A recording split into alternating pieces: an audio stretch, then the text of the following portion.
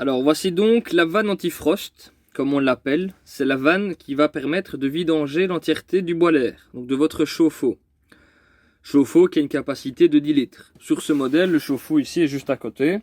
Dans votre modèle, ça se pourrait que le chauffe-eau soit à un autre endroit si cette vidéo a été utilisée pour un autre modèle. Mais l'utilisation de la vanne est la même dans les véhicules. Donc voici la vidéo explicative de la vidange du boiler. Puisque cette vanne, comme on en aura parlé ensemble, est un petit peu particulière puisque elle est à la fois manuelle et automatique. Donc on va commencer par la chose simple. Le réservoir d'eau propre du véhicule constitue un point très important, ainsi que le boiler, puisque comme vous avez une capacité d'eau chaude de 10 litres, le chauffe-eau il constitue malgré lui une deuxième réserve d'eau à l'intérieur du camping-car.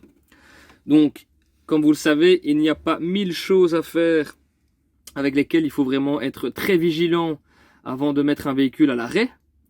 La simple chose, entre guillemets, c'est se débarrasser un maximum des eaux avant de mettre un véhicule à l'arrêt, donc hors usage. Pourquoi ?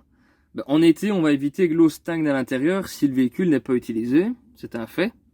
Et surtout en hiver, on va éviter que l'eau stagne dans le véhicule, gèle, vienne à faire gonfler certains éléments et du coup occasionner de la casse. Donc le réservoir d'eau, on les vidange un maximum quand on n'utilise pas le camping-car. Ici en l'occurrence, on se trouve sur la vanne de vidange du chauffe-eau. Donc cette vanne elle est très simple, elle est constituée d'un petit losange bleu ici par-dessus et d'un petit rond bleu ici en dessous. Si vous décidez vous-même de vidanger le boiler parce que vous allez mettre le véhicule à l'arrêt, il suffit simplement de tourner le losange d'ici d'un quart de tour. Gauche ou droite, cela ne change absolument rien tant que vous le tournez d'un quart de tour. En le tournant d'un quart de tour, chose que je vais faire par la suite, vous faites ressortir le petit rond qui est là et on vidange l'entièreté du chauffe-eau directement à l'extérieur sur le sol. Donc je vais la manipuler, mais je vais la refermer assez rapidement puisque dans le modèle ici dans lequel je me trouve actuellement, il y a de l'eau dans le boiler, donc le boiler va se vidanger dans le showroom. Donc je devrais la refermer et faire chemin inverse. Donc je vais vidanger le chauffe-eau, je tourne le losange ici d'un quart de tour. Comme ceci, le petit bouton est ressorti, le boiler se vidange. Si je fais chemin inverse et que je n'oublie pas d'appuyer sur le petit rond bleu, clac, mon boiler est de nouveau étanche, la vanne est de nouveau fermée. Donc je me suis dépêché, je vais décortiquer ce que je viens de faire. Donc vous tournez d'un quart de tour, le petit bleu en bas il ressort et le boiler se vidange. Vous pouvez le laisser en position comme ça.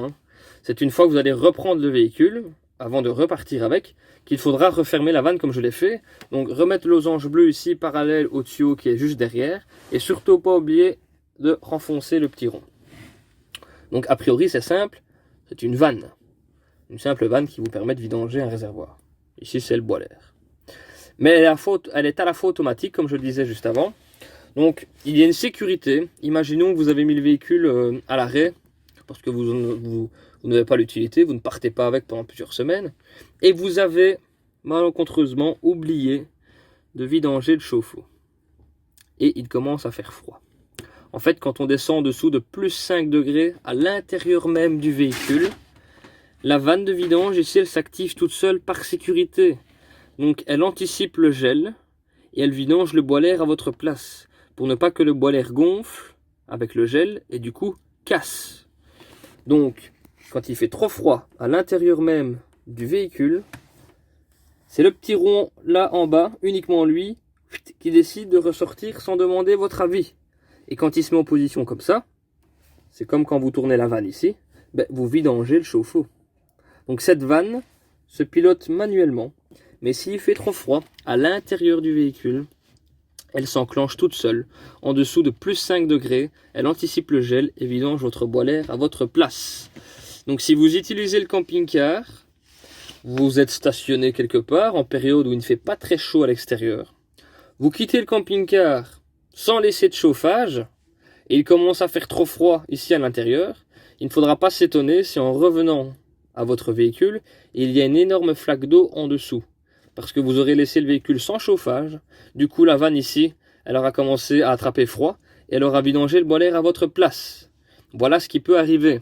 Voilà pourquoi ça fait plusieurs minutes qu'on discute, ou du moins que je parle seul, pour simplement vous expliquer qu'à la base c'est une simple vanne. Si on tourne le losange bleu, on vidange le boîte à l'air. On la remet dans cette position-ci, on réappuie sur le petit rond en bas et on referme la vanne. Mais s'il fait trop froid, à l'intérieur du véhicule, par sécurité, la vanne va vidanger le chauffe-eau à votre place.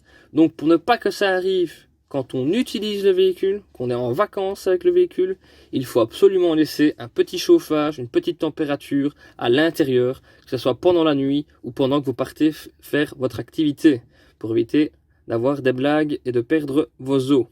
Donc voici les grandes lignes de la vanne de vidange du chauffe-eau.